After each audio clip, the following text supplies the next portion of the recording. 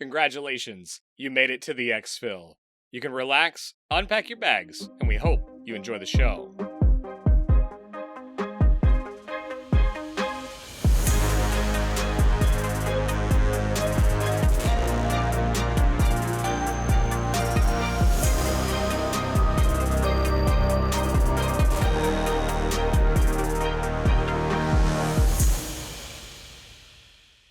Hey there, Mike, aka MTBtrigger here, and with me as always is Ronal, my co-host, aka Eric. If you are brand new, welcome. This is an Escape From Tarkov podcast where we talk about all things EFT, and our goal is to get better at the game, and we hope you come along with us for that journey. Let's get into hideout keeping really quick, which is where we talk about everything that's new, anything we think you really need to know about, and stuff that you may want to get involved in. So number one this week on hideout keeping, we, XP Media, the Exfil podcast, the Winner podcast, we're officially looking for a video editor. We are specifically looking in our community. Major bonus if you play both Tarkov and PUBG, but we're looking for a video editor. So if you have an interest or a hobby or a passion for doing that, reach out to Ronal or I.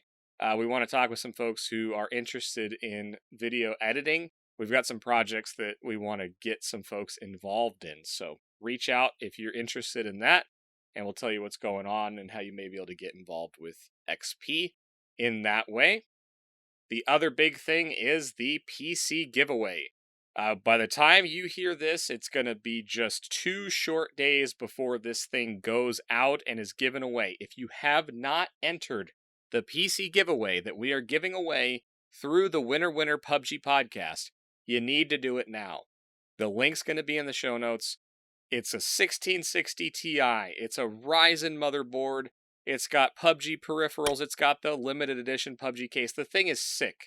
We built it. Ronal built it. I supervised. I know he's laughing right now. But we're giving it away, so make sure you enter. You can use it as a second PC. We don't care what you use it for, but make sure you get in there. Outside of that, the best ways to support the show, as always, number one, most important, share it with a friend. We also have direct support options through Patreon. We added a $1 option on Patreon. We've had a bunch of people take advantage of that. We've had a bunch of new Patreons on all levels, actually. So thank you so much for those of you that have chosen to support us directly through Patreon. And then lastly, it's all of our social media channels and subscribing to YouTube. Every little thing helps. You may not think that a subscription or a follow or hanging out on Twitch means a whole lot, but you have no idea. It's how we get tracked. It's how brands find us, which we have an awesome announcement coming up soon. Not on this episode, but brands announcement coming soon. And the place, if you're looking for just me, you can find me on Twitch at MTBtrigger there. You can find me on Twitter at MTBtrigger, and you can always reach out to me on Discord. But that's all I have to start the show off. And let's get over to Ronal. How are you, man? And let everybody know what's going on in your world and how they can get in touch with you. Hey, what's going on, everybody? Pretty excited for this week, especially when we're talking about something that I absolutely love. But before we get into that, the best way to get a hold of me is always in Discord. Send me a DM in the XP Media Discord. You can do that any time of the day. We're pretty much checking Discord all the time. The community's very active. Easy to get a hold of me there. You can also follow me on Twitter at Ronal Gaming. If you have something outside of that, you can email it directly to the show at xpmedia2020@gmail.com. And lastly, a couple of times a week, I'm hanging out in MTBtrigger's Twitch stream. So it's twitch.tv/MTBtrigger. Hanging out, talking to people, having a good time, answering questions, whatever. We're just generally nerding out there. So come check that out. Watch Trigger kill some people.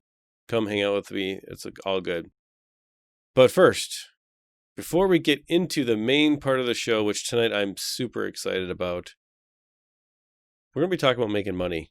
The intro here is really just going to be a direct in. I love making money. You all know this is episode 44 of the Exfil podcast. We all know that my favorite part about Tarkov is making money. We're going to be talking to you, the new player. We're going to be talking to you, the mid-level player, and maybe even someone who's a high-level player. Maybe not, I don't know. But you may find something interesting out of this talk. But our goal tonight is to help you to walk away from this conversation with a couple ideas on how we make money in Tarkov. So before we dive into specific things, Trigger, what do you got for us? I just wanted to talk really briefly about why we're doing this. And I'm just going to call this the making money, the making currency. It's the ruble episode in the Exfil podcast. And I guess I wanted to talk about why really quick, because it's really easy once you start making money to just do the same thing, just to use that strat. And it can feel punishing to go try other money-making strats. And so we're going to do two things. We're going to go over some key concepts that are kind of like, use this concept and apply it all over the Tarkov universe. And then we're going to talk specifically about how Ronal and I make money in SCAVs, in PMCs, and in the Hideout, right? Kind of those phases of the game. The two ways you can be in a raid, and then what you can be doing out of a raid.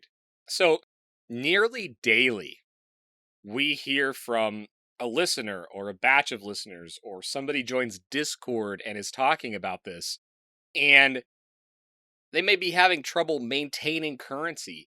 They may have decided to go after Kappa, and the task system is just draining their supply of currency in-game. Or they just haven't figured out yet or don't understand how to get millions of rubles. And it's okay.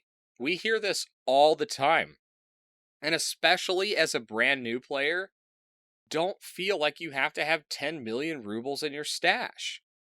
But tonight we're literally going to break down as many of our money-making high-level strategies and specific strategies as we possibly can, with the hopes that you walk away with one that you can put into action. And then furthermore, we have a bunch of ways we make money. We're aware of a lot of ways you can make money, but we're going to try to talk about the ones we're really good at in hopes that other people who have money-making strategies, we want to start the conversation. So jump in, dive in, use episode feedback, use general chat, wherever. Let's talk about making money in Tarkov this week. So that's what I'm getting all hyped up, man, because this is like something that we sprinkle in all the time. And it was so cool to think about all of the ways that I make money in the game. And I was kind of laughing because I'm like, oh yeah, it'll take me 10 minutes to get my notes ready. And then as we're doing it, I'm like, oh my gosh, I've been working on this for like 30 minutes. It may be longer than the segment lasts on the show. But it was so fun to like really think about making money. What was your experience as you thought about like how you make money in game as we were working on the concepts and stuff? Well, I think it's great to take a few minutes and kind of think about the journey of making money in Tarkov, because it starts at zero for everybody. And we definitely started at zero, and got to the point where we're at now where money really isn't a problem. And we want to specifically help people get to this point. Now, there's many different ways to do it, but for me, the most exciting part of thinking about tonight's show was, hey, I want that person who buys the game and is level 3 and still just not understanding what's going on, or doesn't understand how to make money, or broke or whatever. Or maybe you're level 9, you haven't unlocked the flea market yet, and you're still really struggling with currency. I want that person to walk away from tonight's episode with some basic things, basic concepts that we're going to present, but also with some hope that, hey, it's going to get better. And you know what? If you're in the 20s, you don't need that basic stuff. But we do have a couple of interesting crafts. If you read patch notes, you can actually figure out what BSG is doing. We've got some interesting stuff there to go over. And then when you get into endgame players too, some of this is going to be just review for you. Some of it may not matter, but you may enjoy the discussion. And that's really how we want to set this up. We're aiming this at people that we can help the most. And that is that newer player, that's in Tarkov, that's struggling to make currency. We really want to focus this week's episode on helping those people. Yeah, and I think, honestly, as I thought about it, I was just thinking about when I started playing this game and I started watching YouTube videos and I started watching Twitch, and I was like, how do I get better at the game? And for me, one of the first things that I noticed about the game was if I can control and manage my currency, I'm not going to have a problem with any aspect of the game. Now, that's really simple to say. It's not easy in practice. And so I know that on my first playthrough, I didn't even start feeling comfortable in Tarkov and really doing anything in the game or even getting into PvP, which I love, until I was in my mid-20s.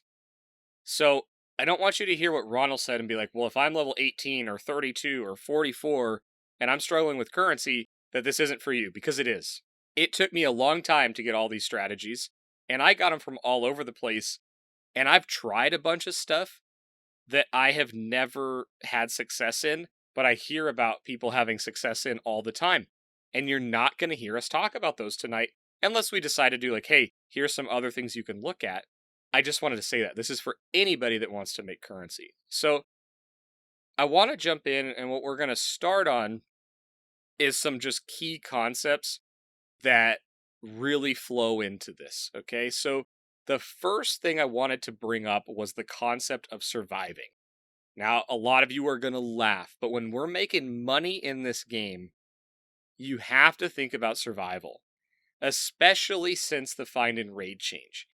And for those of you that are brand new to the game, the find and raid change means that if you loot an item when you're on a PMC or a SCAV and you die and you haven't Exfilled successfully, which if you die on a SCAV, you don't get it anyway, but if you die on a PMC or you leave too early as a SCAV, that item isn't found in raid and you can't sell it on the flea market, which in some cases can really devalue that because it's worth more to players than it is the traders.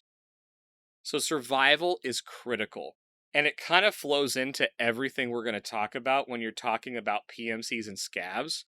Because if you don't survive, you're severely limiting the amount of slots in your inventory that you can bring loot out of the raid in. So when you're making money, when you're thinking about being in raids and trying to figure out what to do next, because this game will throw you curveball after curveball after curveball, your number one thought should always be, how can I survive? Because at the very least, that means you don't have to replace all of the gear that you're wearing. And in the best case scenario, it means you get out with your pockets, your rig, your backpack, your secure container full of loot that you can either go make new kits with, you can sell, you can turn that into other items, but survival is key. Absolutely. And if you're a new player, so if you're level 1, there's 2 things that you can really do to really set yourself up for major success when it comes to making money right off the bat. The first thing is you can take advantage of the offline raid system to learn the map, to figure out where you get in and then where you get out. Because a new player, this is going to be a totally different experience. You have to find the extract to survive in Tarkov. And we know that for players that are more veteran. But if you're new, you may still be struggling with this whole concept of getting out of the map and living. So you can use the offline raid system to find how to actually get out of the map. Second part about that, loot spawns in the offline raids. So you can go and find the areas where the loot is spawning. You obviously can't keep it, but you can practice finding where to get it. And that, I think, is huge because you're going to have some anxiety. You're going to have some stress of doing it initially when you're new.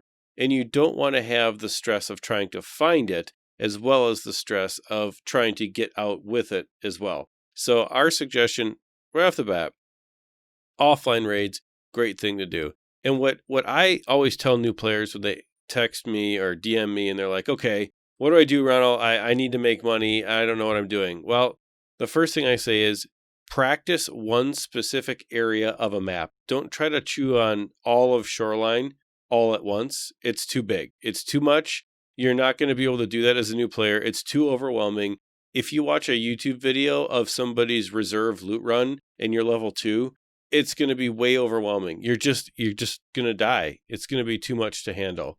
So my suggestion is, even if it comes down to picking a building or two, pick a building or two, pick an area of the map on Shoreline, just a small little area, go in an offline raid, look around, scavenge, find where those loot spots are, and then use your SCAV. And try this with your SCAV. Do a SCAV run to that specific area, find the things that are there that you know where they are, and then just get out.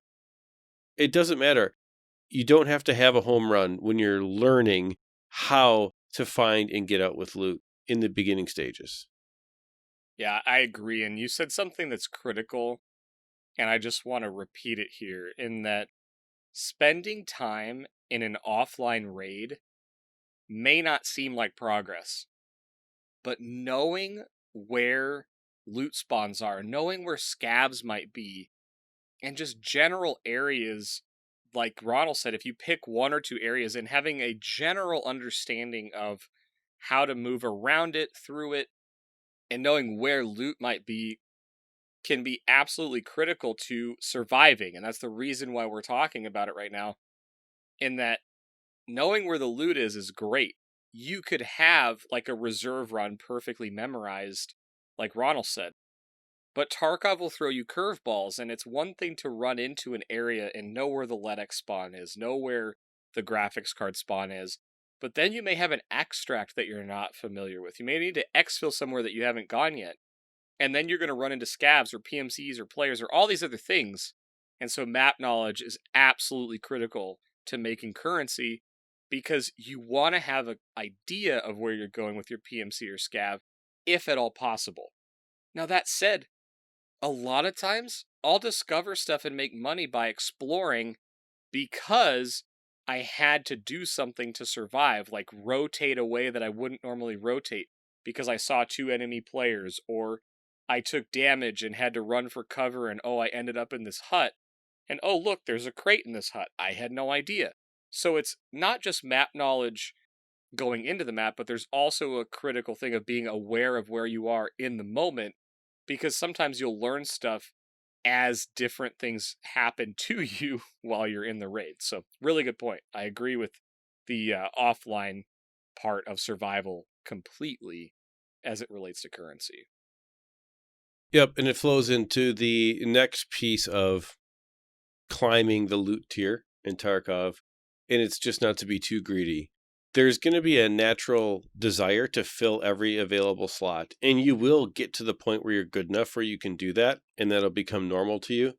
But at the beginning, that's not the way the game's going to go for you. You're going to have to accept the fact that you're going to have to play in Exfil with slots that are empty. And you're going to have to just be okay with the fact that that's actually not wasted time because you still lived.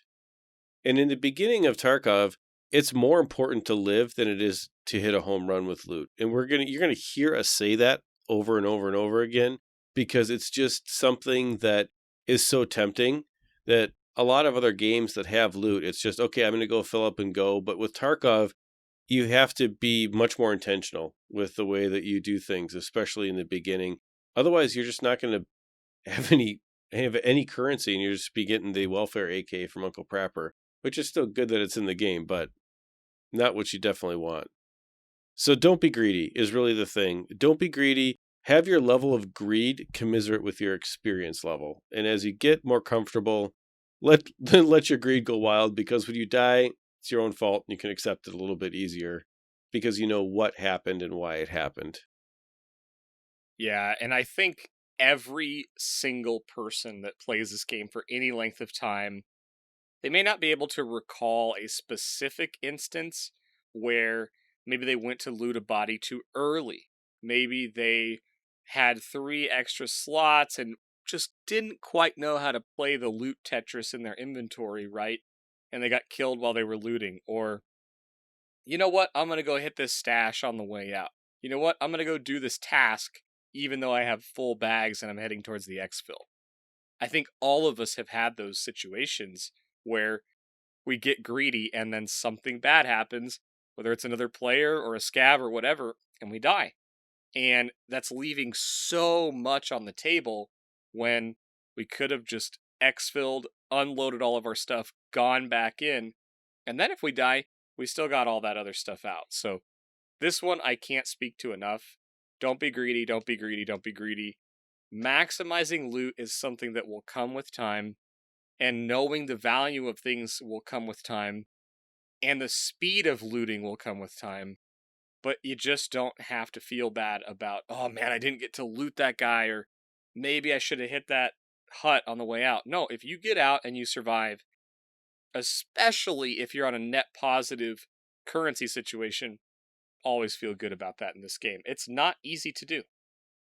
The next key concept that I want to talk about, especially after not being greedy, is one that's sort of related to greed. And the key concept is reading the patch notes. Now, that may just sound crazy to you, or you may listen to us go over patch notes, you may consume that content somewhere else, or you may read it when you get time. One of the things that I always read patch notes for is changes related to in-game items, specifically drop rates, changes to how things drop, where, when, changes to barters, things like that. So I'm going to give you an example right now, and this one is super intentional and it's related to the hideout, but this was first a big deal because of the patch notes that this came up in, which were very recent. So I want to tell you about an item, and it's the SSD. The SSD hard drive, and in the most recent patch, the 12.8 patch, the SSD was changed so that it now drops or is able to be found when you are looting computers. Now, that may not have seemed like a big change to most people. It was just like, oh, cool, I can find SSDs when I'm looting computers now. Well, for me, as I thought about currency and I thought about SSDs, I immediately went to, well, SSDs are a critical component of the graphics card double craft, meaning you have to use SSDs to craft VPXs, and then you use VPXs to craft graphics cards. And in my mind, the fact that they were going to be available in computers was going to immediately devalue them because there's going to be a bigger supply of them coming into the flea market. And that means those crafts are going to change. Now, if the SSD's price goes down and graphics card price stays relatively the same, which is usually what happens when these changes are first made because all of the influx of quantity hasn't hit the market yet. So for those of you that are really into market mechanics, this is a fascinating one. But what I did is I went and said, okay, well, SSDs are going to plummet, but as more SSDs go onto the market, people are going to start crafting VPXs and GPUs, which means the supply of RAM and broken G phones is going to go way down, which is going to drive their price up. And then the price of CPUs and CPU fans are going to do the same thing because there's just going to be more people wanting to craft this because of the relative price decrease of SSDs. So I went and bought a bunch of RAM, a bunch of broken G phones, a bunch of CPUs, and a bunch of CPU fans, knowing that I was going to do this craft. Now, the reason I'm bringing this specific one up is it is one of potentially many. And for as long as this game exists and there's a barter system and there's a flea market, you will have opportunities when things change to make a lot of money. Now, this one's really cool, though, because you can actually make money even still because of the price changes that happen from this effect. So let me illustrate it. In order to craft a VPX, and it's actually, you get 2 VPX out of this, you need 3 RAM sticks, an SSD, and a broken G phone. A single GPX sells for $115,000, so 2 is $230,000. We're going to ignore fees for now. The price of 3 RAM is 105k rubles, SSDs are now 54k, and broken G phones are 16k. So just crafting 2 VPX nets you 230k at an investment of 175k. Now, if you do the graphics card craft, which you can do twice because you have 2 VPXs, you need 2 CPUs and 4 CPU fans in addition to your VPX. It's going to cost you 24,000 in CPUs. It's going to cost you 80,000 in CPU fans, plus the original 175,000 you had in the VPX, both of the VPXs. So you're going to be all in for 279,000 rubles on these 2 crafts, and you get 2 graphics cards out of that. And those graphics cards right now are selling for at least 250,000. So you're basically creating 221,000 rubles of profit for running through 2 crafts by buying directly off the flea market. Doesn't take into account if you happen to find some of this stuff in Raid. So, when you hear this, if the prices of those items are still similar to what I just said, which there's no guarantee they will be, you should be doing these on cooldown until this catches up, because you're basically printing 221,000 less the fees on the flea market every single time you do this. So that's right now after this initial market switch. But let me tell you what happened when this patch hit, and on day 1, all of these prices were radically lower on the other components. And then the SSD started to tank from like 116k or 140k or whatever it was, and it started to tank. And I already had all of the other mats piled up, and those mats started to go up. The SSDs went down, so I bought all that other stuff lower, then I bought the SSD lower, and now I have a surplus of this stuff that I can just craft graphics cards over time and just make money doing that at a much better rate than what I just shared with you. So I know that was long, but that whole thing stems from, if you pay attention to the changes in barter items in crafting and how things spawn or are able to be looted, you may be able to find an example like this that's not necessarily as big, but you could potentially find something that you can do over and over and over and just print currency in this game. Absolutely. And the other piece of this is we want to hear from you. So this is our first ask in the episode. In episode feedback or in the comments on YouTube down below, we want to hear from you. What kinds of crafts are you willing to share from your super secret stash of ways to make money that are pretty reliable? Now, realize that the flea market pricing is all over the place, right? It's an open market. Prices go up and down. So it's very important before you try any of the crafts in the hideout to understand what each component costs, to just try to figure out how much your profit margin is going to be and if the craft is really worth it. So before you run out and try this, make sure you do your research because your mileage may vary on this stuff. But this has been pretty reliable since 12.8 dropped. And so we want to know from you, what other kinds of things have you found that you're willing to share with the community to help people who are struggling to make money? But I can speak from my own personal experience.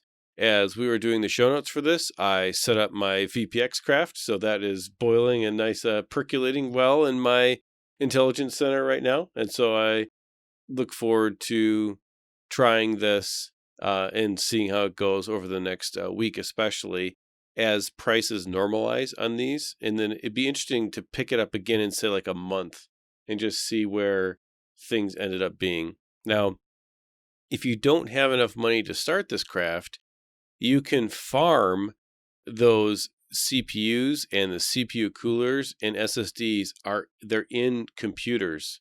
So if you're going to do Shoreline, you can go in the buildings and find the computers. You're going to go in Interchange in the mall, you can find computers. Basically, Battlestate buffed the drop rate of SSDs so far up that we're finding them all over the place now in computers. So keep that in mind. You can farm all of these mats fairly easily to do this.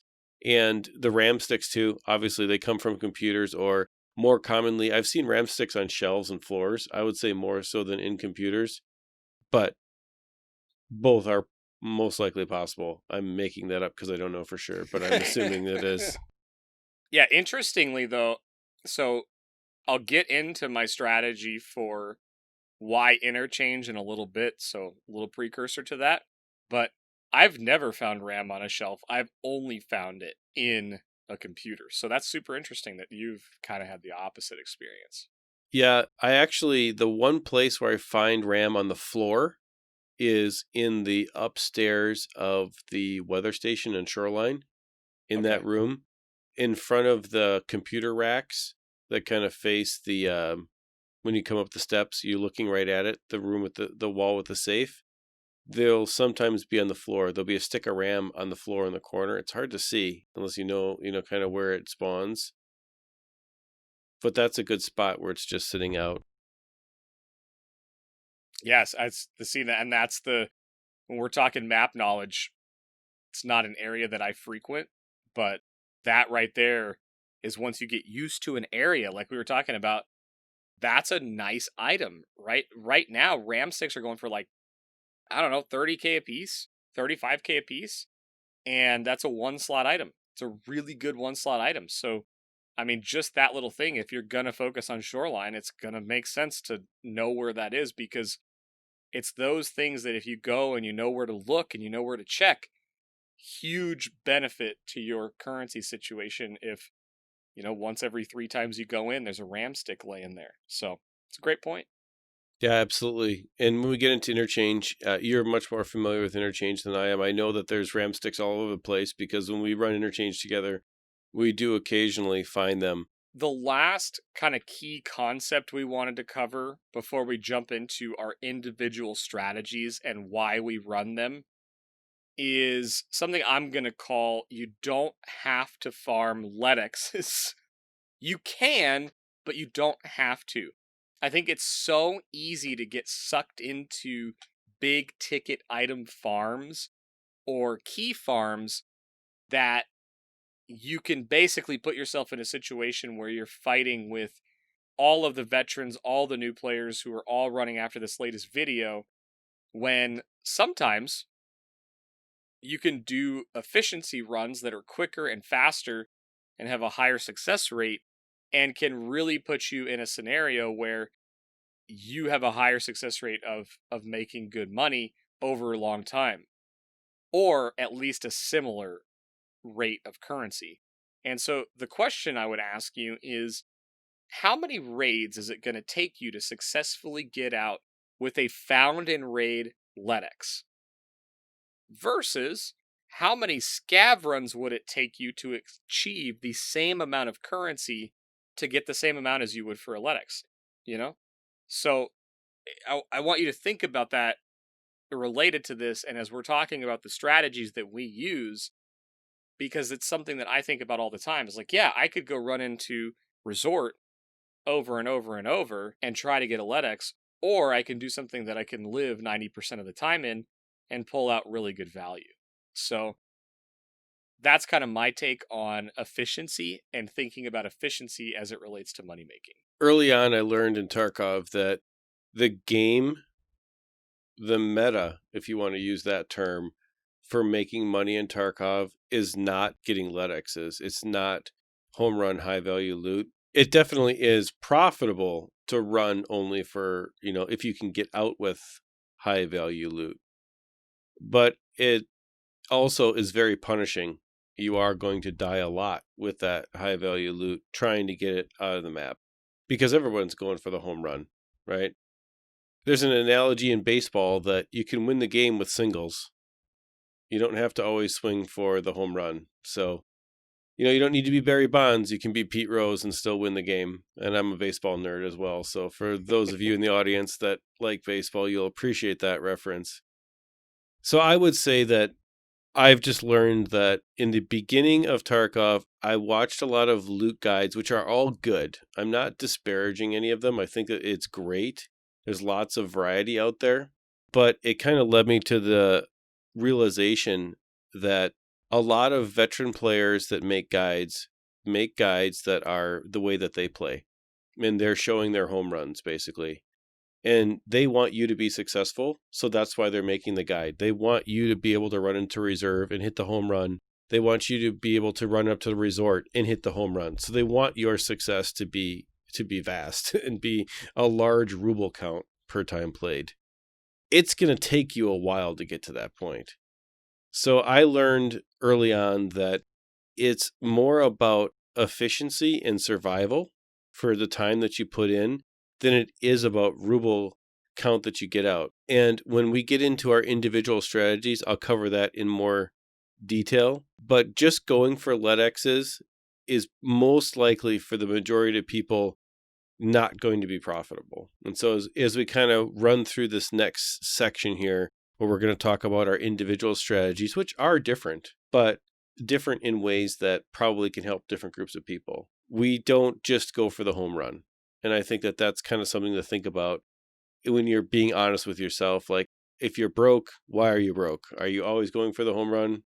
Or do you feel like you're not playing the game right if you accept, something less than a LEDX in your bag, or storming after something? Just things to reflect on and think about if you're having trouble making money. Totally agree. And I'm going to reiterate right now that as we move into our individual strategies, this is not meant to be a comprehensive list of the things that you can do to make money. It's not every single thing that I do or have done to make money. These are the strategies that I use in the various parts of the game, and there's some very intentional reasons for that. And it's okay if you don't agree with those reasons. What I can tell you is, for mine specifically, and probably Ronald's to a greater effect than mine because he has 3 times the amount of liquid currency that I do. But for me, this strategy has allowed me to maintain my ruble count and have it basically be always increasing when I play the game. And so I just wanted to reiterate that we're not saying that these are the best ways to make currency. These just happen to be the ways we do. These are specific to us. So the first thing I want to talk about is SCAV runs. And for me specifically, when I'm focused on making money, interchange is my spot. And I'm going to give a couple reasons for that. We've actually outlined my specific routes on interchange in previous episodes. But the truth be told is, if you SCAV into interchange, typically you're put in with 15 minutes or less. That is enough time to get really anywhere in the mall and loot. My favorite spot is Ollie, and then get out.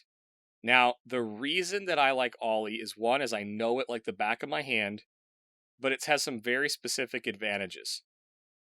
There are bolts, there are screw nuts, there are water filters, there are fuel containers. And these are things that are extremely useful in the hideout, which we'll talk about soon.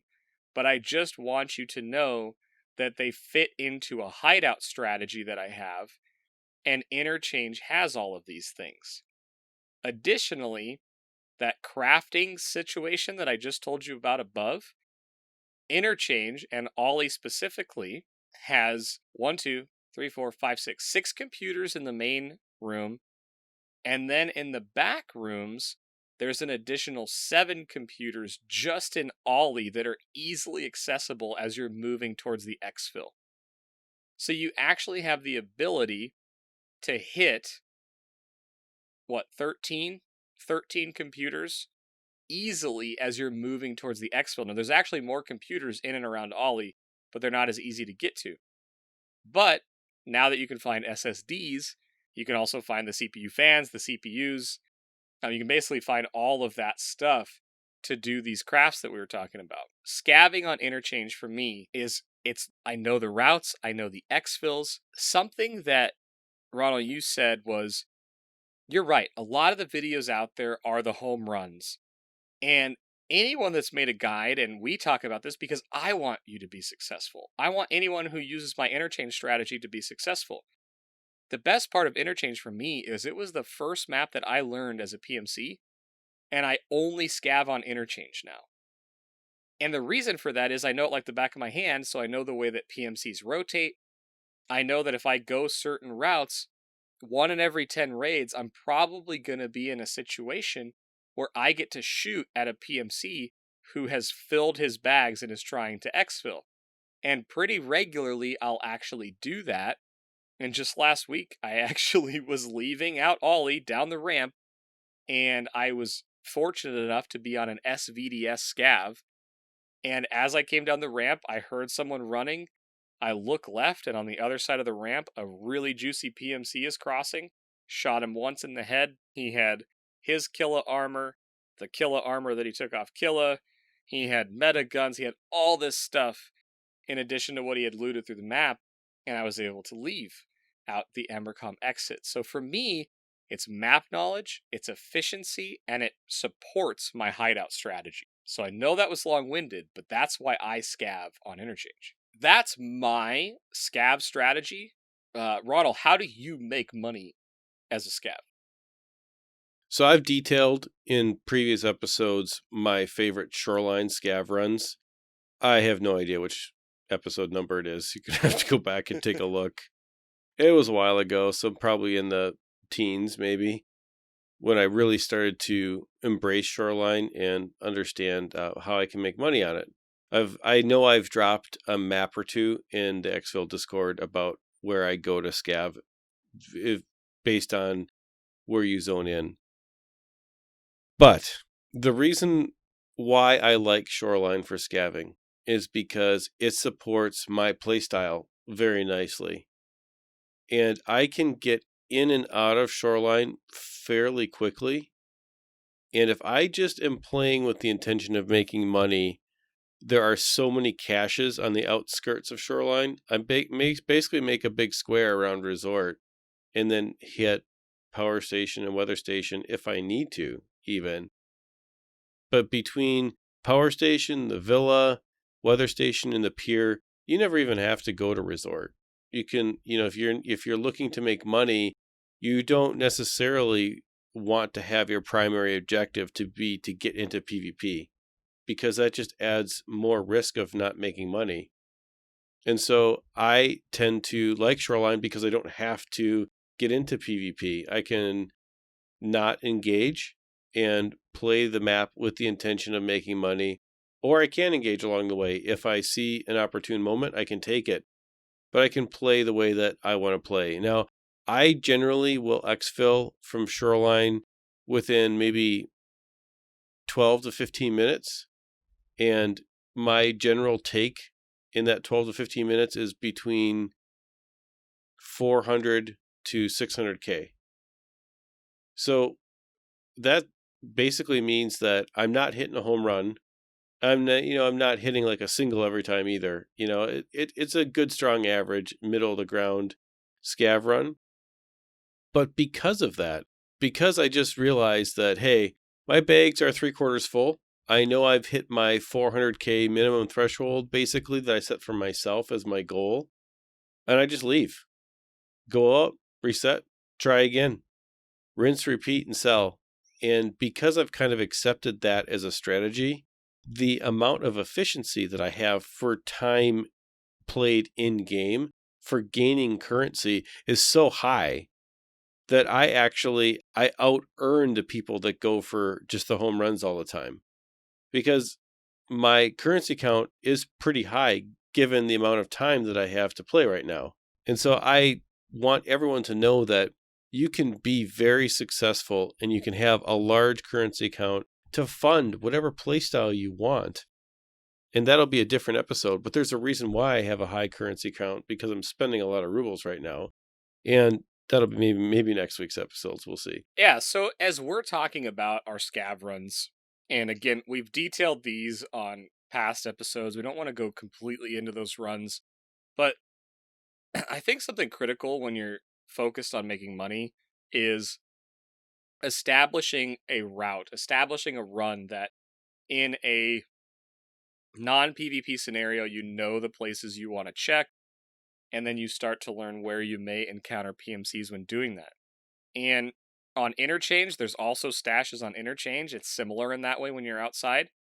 There is any number of routes you can take all with varying degrees of percent opportunity that you'll run into a PMC or another player SCAV. So if you're going on interchange and you run to the middle of the mall, you're just increasing the chances that somebody else is going to shoot at you. The same way that if you're scavving on shoreline and you run into the health resort, that's where most of the high-tiered loot is. You're just increasing the odds that another player SCAV is going to be there or a PMC is still going to be there looting. So you just have to make that decision for yourself. Like, am I really here to make money? Or am I here to get a home run? Or do I not have a plan? And not having a plan is fine. There are times when I just say, I want to SCAV because I just got killed as a PMC and I am going to go send it. But don't trick yourself into thinking you're going to make money on those runs. Make sure that you have a clear goal, because having that goal on your SCAV, if it's to make money, I do things completely differently. I will sprint away from a PvP encounter if I have, 300k worth of loot on my PM or on my SCAV. So, make sure you have a route, make sure you have a run.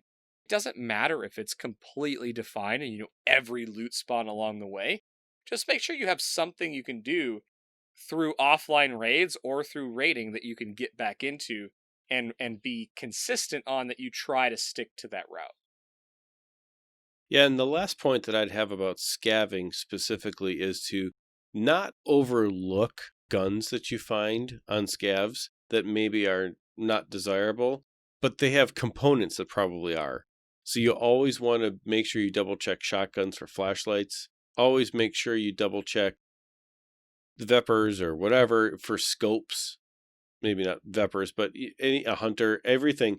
Pull one slot attachment items off, scopes, flashlights, things like that, because you can sell all of that stuff for, let's say 8 to 15K. And it adds up. It really does add up, especially in the beginning when you don't have a lot of money. And you always want to make sure that you not only pull off gun parts, but that you fill that second gun slot out on the way out. So check those scavs. Take that trash shotgun with you. Take a trash pistol. You have a slot for it. Use it. Take it with you. All of that is sellable. And the basic idea with scav running is that everything, be a loot goblin and sell it all. And if you can get used to going after maybe the second tier of loot, you're going to have way less competition for that. And it's going to be more time efficient for you to go after that level of loot in just about every map than it is to always go for a home run. I agree. And one of the things that just changed recently in the 12.8 patch is if you click and drag an item or a part that you've either looted in a box or on another player, or a gun, like a flashlight or, the sprut that you see on shotguns, it will highlight items that you have on where that can go.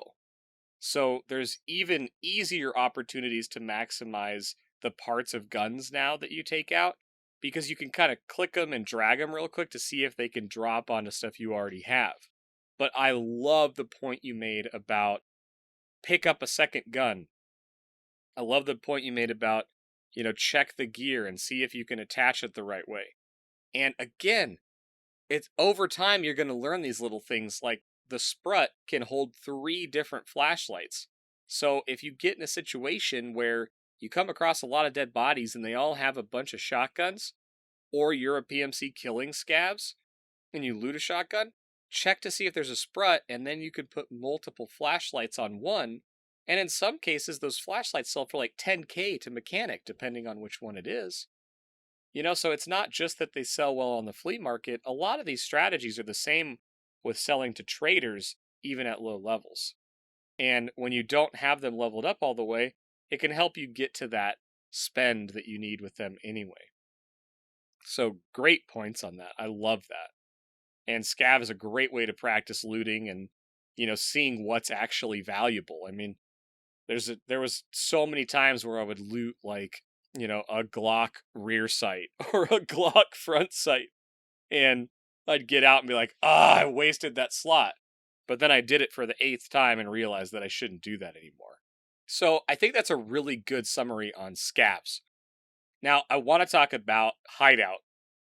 Basically, outside of the flea market, the best way to generate income, sometimes for free, or like we talked about with the SSD craft, it's a way to um, maximize the things you find or things you can buy and put them to use. Now, there's some critical things in the hideout that I do to make money. Now, I want to relate this back really quick to my SCAV interchange run. Now, there's a craft at the lavatory that makes a magazine case. Okay. And it takes a metal cutting scissor. It takes 2 blue fuel canisters, 3 bolts, and 3 screw nuts. The path that I run on interchange has all of those items. And usually when you scab in, you'll find at least 2 or 3 of those per run. And so in the hideout, I'm almost always making a magazine case with stuff that I found, right? So it's just turning those items into something that I can sell to therapists for a couple $100,000. Additionally, in the hideout, I do super water craft and moonshine craft, and that takes the water filters that I find in Ollie and turns them into moonshine that I like to turn into thick items cases, or if I really need money, I can sell those. I haven't done it yet, but I could. And so those two things are really the key to why I started scav running interchange. Is I always wanted my hideout going because I know that if I die or I lose something, that I'm always producing those things in the background, and that if I needed it, I could sell them for a couple $100,000 if I really needed the rubles. And then, I got the Bitcoin farm going. And if you haven't ever got that going, that's something I highly recommend. I know it sounds silly that, it's a fluctuating currency and, there's all of these like cutoffs of, well, if you get this amount of graphics card, it pays off in this amount of time. And I don't know anybody that regrets doing the Bitcoin farm because once you have it going, you're not really worried about the money you put into it. You're mostly just worried that it's spitting out money at some sort of rate later. And so, unless you're really only playing, like 1 day a week and you can't turn the generator on, which if that's your situation, don't waste the time on it. But if you can log in every couple days or every day, even just for a few minutes, the Bitcoin farm is just fantastic.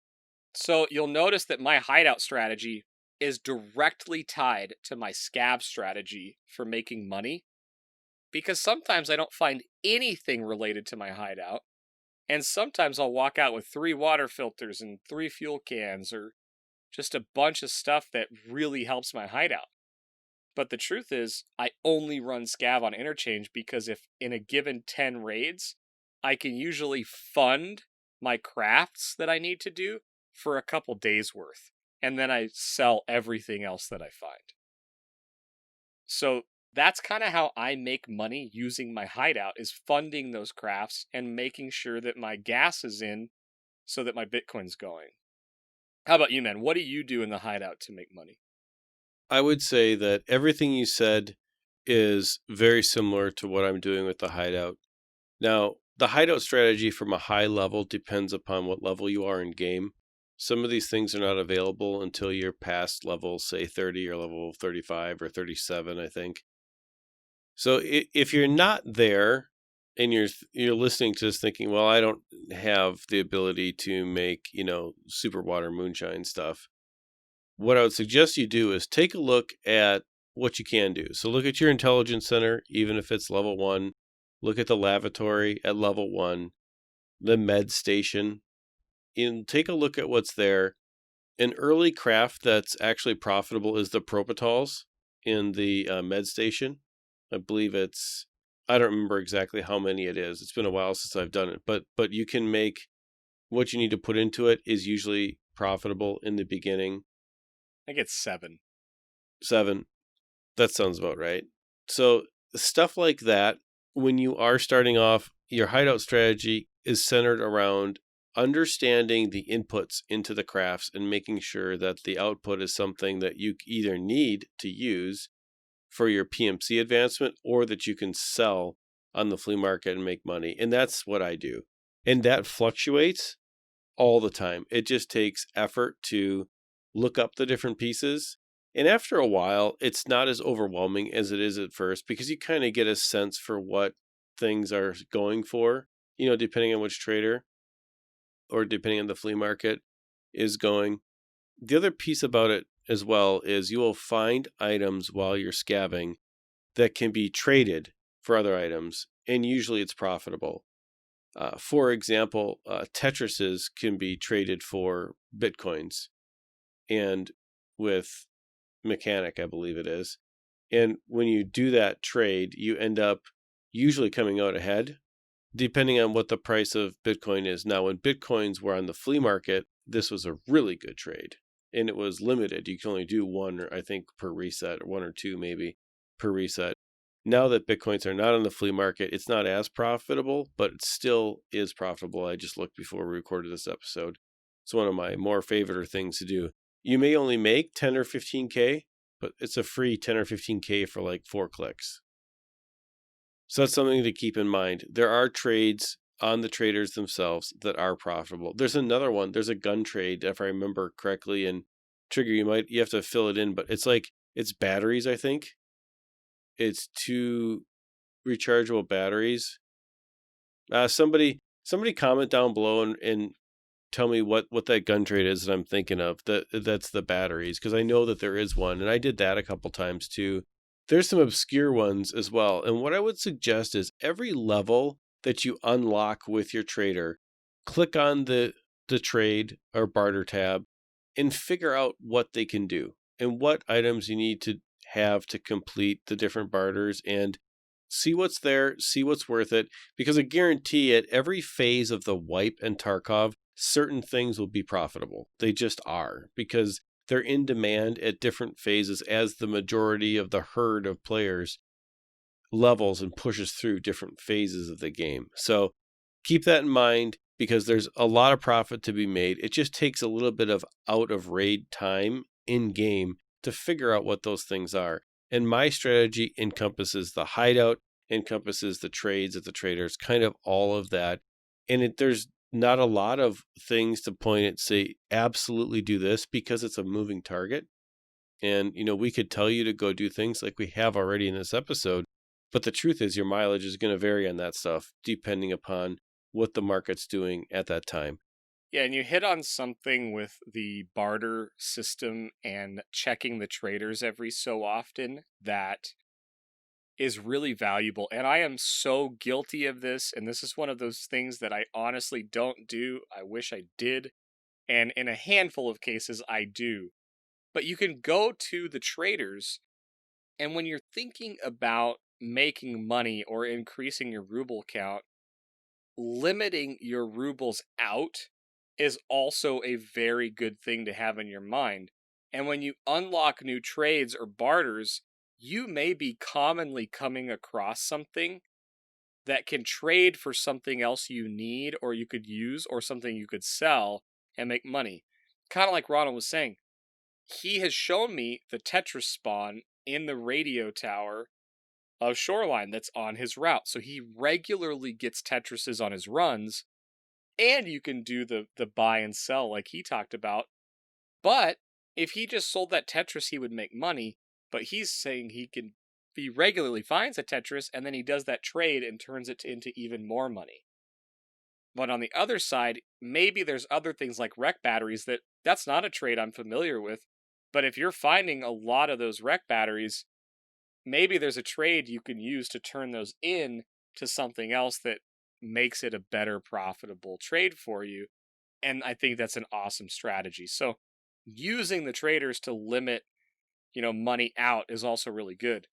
I can think of ways that just recently, I never really transferred a lot of rubles into dollars. And there were some things I used to buy a lot of just off the flea market in rubles that Peacekeeper sold in dollars. And a lot of times it was face shields and things like that. And I was spending so much money buying those on the flea market, when if I just would have checked my trades, I could have turned rubles into dollars and bought the face shield for like 60% of what I was used to paying for it in rubles. So don't be like me. Make sure you know your trades, or at least looking every once in a while. And I love the strategy of looking at it every time you unlock a new level of a trader. I think that's a really good strategy. Absolutely. Tarkov will give you ways to make money. They're just not always obvious. So the game does have many different paths for making money, but the real key to Tarkov is being efficient for the amount of time that you put in while you're in the making money phase. Otherwise, it's going to feel like you're just not getting ahead and you just never can make any money to fund, the PvP part of the PMC raids, which is why we all play Tarkov in the first place. But once you master that efficiency of the making money phase in between the PMC raids, it really takes a lot of pressure off of your PMCs because you don't have to worry about dying as much. And it just makes the game, I think, a lot more fun when you have to play with less pressure. I agree, and I think we move into PMCs because it's really the last thing that we wanted to talk about. And again, for like the fourth reiteration time, this is purely strategies from us as we run PMCs and things we do to make money, nothing else, right? It's keeping all of those key concepts in mind. Survival is key, right? If you survive, you make money, or at the very least, you don't lose it. Don't be greedy. Make sure you know what's valuable. Read patch notes. Know if there's some other places you need to check. You don't always have to go for the high value items.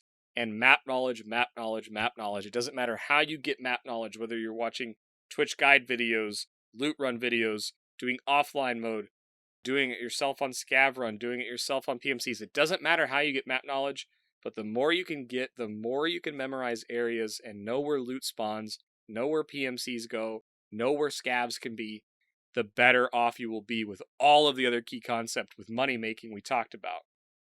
So, for me, this should become as no surprise to anybody.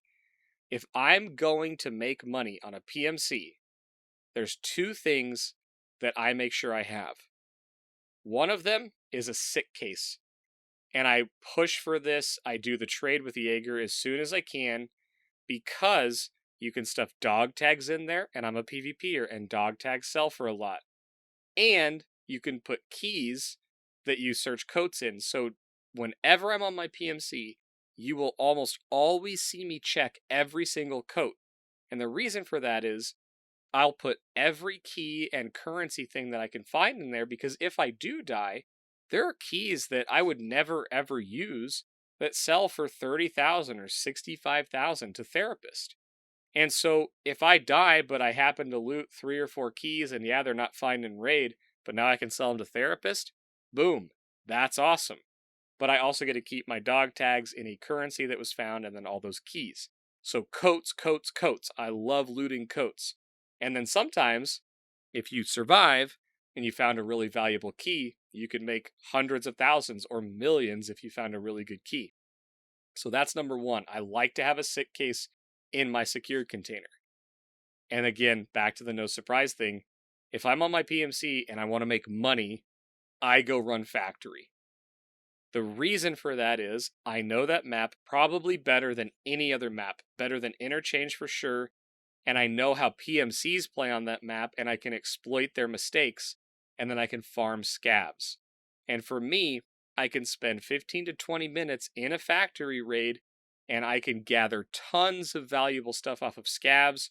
I can gather rubles off of them. I can get grenades, guns to modify later, and then I can get barter items, and there's a bunch of coats in there. There's safes. For me, if I need to make money, I do it on factory, and it's not just because I increase my ruble count like crazy. It's because I can usually take good guns off of the other players. I can loot coats. I can stock up on flashbangs and grenades. It's so that I don't have to spend as much money gearing out my PMC later, and I can usually kill, on average, 3 or 4 PMCs to my one death. And a lot of times I'll encounter one PMC for raid. So sometimes I'll kill a PMC and then I can farm scavs, and then I get out, rinse, repeat. And that's how I make money there. So, and that's over and above what I spend in ammo. And for me, that was just how I like to play. And Ronald said it earlier. You make money by leaning into your play style. And for me, being able to strategically play a smaller map that has a high percentage chance of PvP is a way that I make money in Tarkov. I probably split my time between Shoreline and Factory. As many of you know, if you've been listening to the Exfil on our journey, as we've documented, never playing Tarkov in episode 1, basically, to now, I had a wide variety of success and failure, which I've always talked about with close quarters PvP. Playing Factory has really helped me get better at close quarters PvP. And so now there are days if I need to farm money, I will go on Factory and not necessarily be the aggressor. I may let a group of 2 PMCs lock down the office, and then I will go after SCAVs, and depending upon, who's marked and where the SCAVs are going, sometimes you can catch the SCAVs going up to the people that have the office locked down. There's different strategies for that, depending upon your level. If you're going to really run and gun and take everybody out, which I'm starting to do now, which is actually fun because it's different for me. So Factory, I'm starting to have a lot of success on in that way. But as far as ruble count goes and money making, Factory is the same kind of thing. It's just efficient, right? But Shoreline is also, I would say, for me, my most comfortable place to PMC. I know where all the cheeky spots are. I know where people run to. So I farm PMCs on Shoreline going to resort. And after a while, you learn where those spots are. I know how to stay out of their way long enough for them to run past me and shoot them. And so that's been pretty successful for me. I usually can kill 2 or 3 PMCs if I specifically am going for that. Or you can play Shoreline and not see anybody. There's different ways to go about it. So I like to farm on Shoreline, my 2 farming spots. I like to farm one of the ways to get up into resort, and I like to farm the gas station pier area because there's always scavs down there. There's always PMCs in that area in the early part of Shoreline in the raid, and then there's always player scavs that go after the pier, right? So there's action happening in that part of the map for the entire raid. And if you're patient as a PMC, you can very easily come out of there with 7 to 10 kills. It's not uncommon. And you may only get 1 PMC kill or 2 PMC kills and the rest are scavs, but it's all experience and it's all bodies to loot. So I rarely get out of Shoreline now without full bags. So my experience is maybe not exactly like Factory. Factory is just more condensed.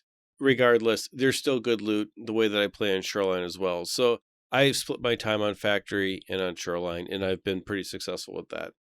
I'll run Shoreline, I'll run Interchange, but if my pure goal is to make money, I'm going to farm Factory because I can easily make back what I spend in ammo, and then I've just learned a way to farm that. And I've got a video on that, talked about it a number of times, but we haven't talked about making money in quite a while, which is why we went through all of this. Now, as we've gone through this and we're talking about it, all these other things jumped into my mind. So there's things that I don't do. I've tried it. I've tried having keys on Interchange and Resort, and I'm not a key runner. I'm not a money runner. I know people that are highly successful doing this, and they've found ways to make it really profitable for them. But they also have a high rate of dying. So it's a lot of times about that, that golden egg where it's like, oh, we finally got out with all the things I went in for. Now, that said, I've never had a problem like finding a Ledex because when I needed that, I know some people that can jump in a raid and they know Resort really well. But there are some benefits to knowing how to do that for yourself, right? If I have to go find a Ledex right now, I'd probably have to research it and go, figure out exactly where in Resort to go get them or in Interchange and get the key and all that kind of stuff. So It's actually a really good strategy. It's just one that I don't really use. And so I don't want you to hear us and say, man, they didn't talk about any keys or which keys are really profitable. And truth is, if I have a found and raid key, I usually sell it. So for me, just key running is just not something I do. I don't do marked rooms. I'm more about PvPing. So I wanted to bring that up because that's really one of the biggest strategies that a lot of people do is run specific rooms, and it's just not something that I do. And I still make a tremendous amount of currency using the interchange, running scav runs every so often, and then high percentage success exfilling on my PMC. Absolutely. And I wanted to point out as well the things that I don't do. I don't run reserve ever. I don't do loot runs on interchange basically ever. And if I need a quest item or something, I just group up with people that know where that stuff is. And I would consider my money-making strategy in Tarkov to be extremely basic. To me, it's all about surviving more than it is anything else. And since the change in find and raid, I don't really even care about flipping things in a flea market because you can't, right? So that whole part of the game, which was a lot of fun in the, previous wipe, is gone. So, and now it's just turned into being efficient and surviving is more important to me than hitting that home run. And I have more money than I need. So I can do whatever I want with my PMC. And that's kind of my kind of final thought with this, is just to encourage you to find a way that is repeatable, that you can use to fund your preferred play style. Yeah, and I think the consistency or repeatable or whatever you want to call it is really key, because if you're somebody who can go on labs and repeatedly go in labs and spend the money on the labs card and farm items and other PMCs and raiders and make money doing it, I would love to be able to do that. I'm not there yet. I want to get there, but I'm not there yet. The same goes for reserve. If you can do reserve back to back to back and make money there, do it. I think the concept of repeatable and map knowledge and consistency is really key, you know? And because of that, it also plays into things like LEDX farming. There's times where I wish I was better at doing that, but the guys that do that I know, they are consistently running the same route, or if they get certain spawns, they'll head for the LEDX spawns because they do that consistently. They find LEDXs consistently. If I stumble into resort once out of 20 raids and go to a LEDX spawn, I shouldn't expect to find one. I may, and I would be stoked if I did, but the odds are pretty low of that. So I think the consistency part is key, and you have to figure out something you can do consistently that you have fun doing to make money. Otherwise, you're going to burn out and just be frustrated that you don't have money. You're going to be frustrated that you're not playing how you want to play. And that's really one of the hardest things to do in Tarkov because it's a punishing game anyway. So finding something you can do successfully and consistently in your playstyle, super challenging. But try to have fun while you do it, and that helps making money. And for me, that's Factory, man. Factory and Interchange. I love those maps. And so I've completely tailored my looting strategy, my hideout strategy, and my PMC strategy around if I need to make money, that's where I go. And you just heard Ronal say basically the same thing. So that's really all we had. We went over our key concepts. We hit scavs, hideouts, PMCs. Anything else you want to add to this making money conversation here, Mr. Ronald? The last thing I would add is that absolutely keep this conversation going in Discord or in the comment section in YouTube. Let's talk about what we do to make money. There is no wrong way to play Tarkov, and that's just the greatest thing about the game. So there is no wrong way to make money in Tarkov either. So if you're making money a certain way and you want to talk about what's successful, let's talk about it in episode feedback or wherever that you'd want to do that. I think it's interesting, actually, how many different ways there are to make money and be successful. So that's my final thought with it. I just look forward to getting feedback from all of you and talking about making money in the game, because that's one of my favorite things to do. With that being said, we've got one last bit of business to take care of for today. So if you've made it to the end of the show, there is the PC giveaway, which we talked about in the beginning of the show. And there is a separate secret code for 10 extra entries. And that secret code is one word, XP Media. Shocking, we know. It's a secret. Don't tell anybody. Just go into your entry and make sure you do it, but don't tell anybody. It's a secret. They have to listen to the show to this point. They have to make it to this point in the show to get that secret code. XP Media, one word. In all seriousness, everybody, go and enter for the giveaway. It's a great computer. It's an awesome PUBG case. Go do it. We want to give it away. We are looking forward to giving it away. And I have not been maybe looking at this case for the last 30 days thinking about ways that I could find someone to win it for me. No, I haven't. It's a great case. I'm looking forward to giving it away. It's going to be great. So that ends just as a reminder at the end of the month. So make sure you go ahead and do that. You will have a little bit of time left when this goes live on normal on Friday. But that's pretty much it. I'm starting to see the green bar flash above my head, which means that since our bags are full enough to be profitable for this run, it's time to run out the back of the resort, past the Exfil camper guy who missed us once again, towards the green flares at Rock Passage in Shoreline, and be done with the show for this week. But before we do that, thank you again, blanket thank you just to everybody. Thank you to the patrons who have signed up for the $1 tier.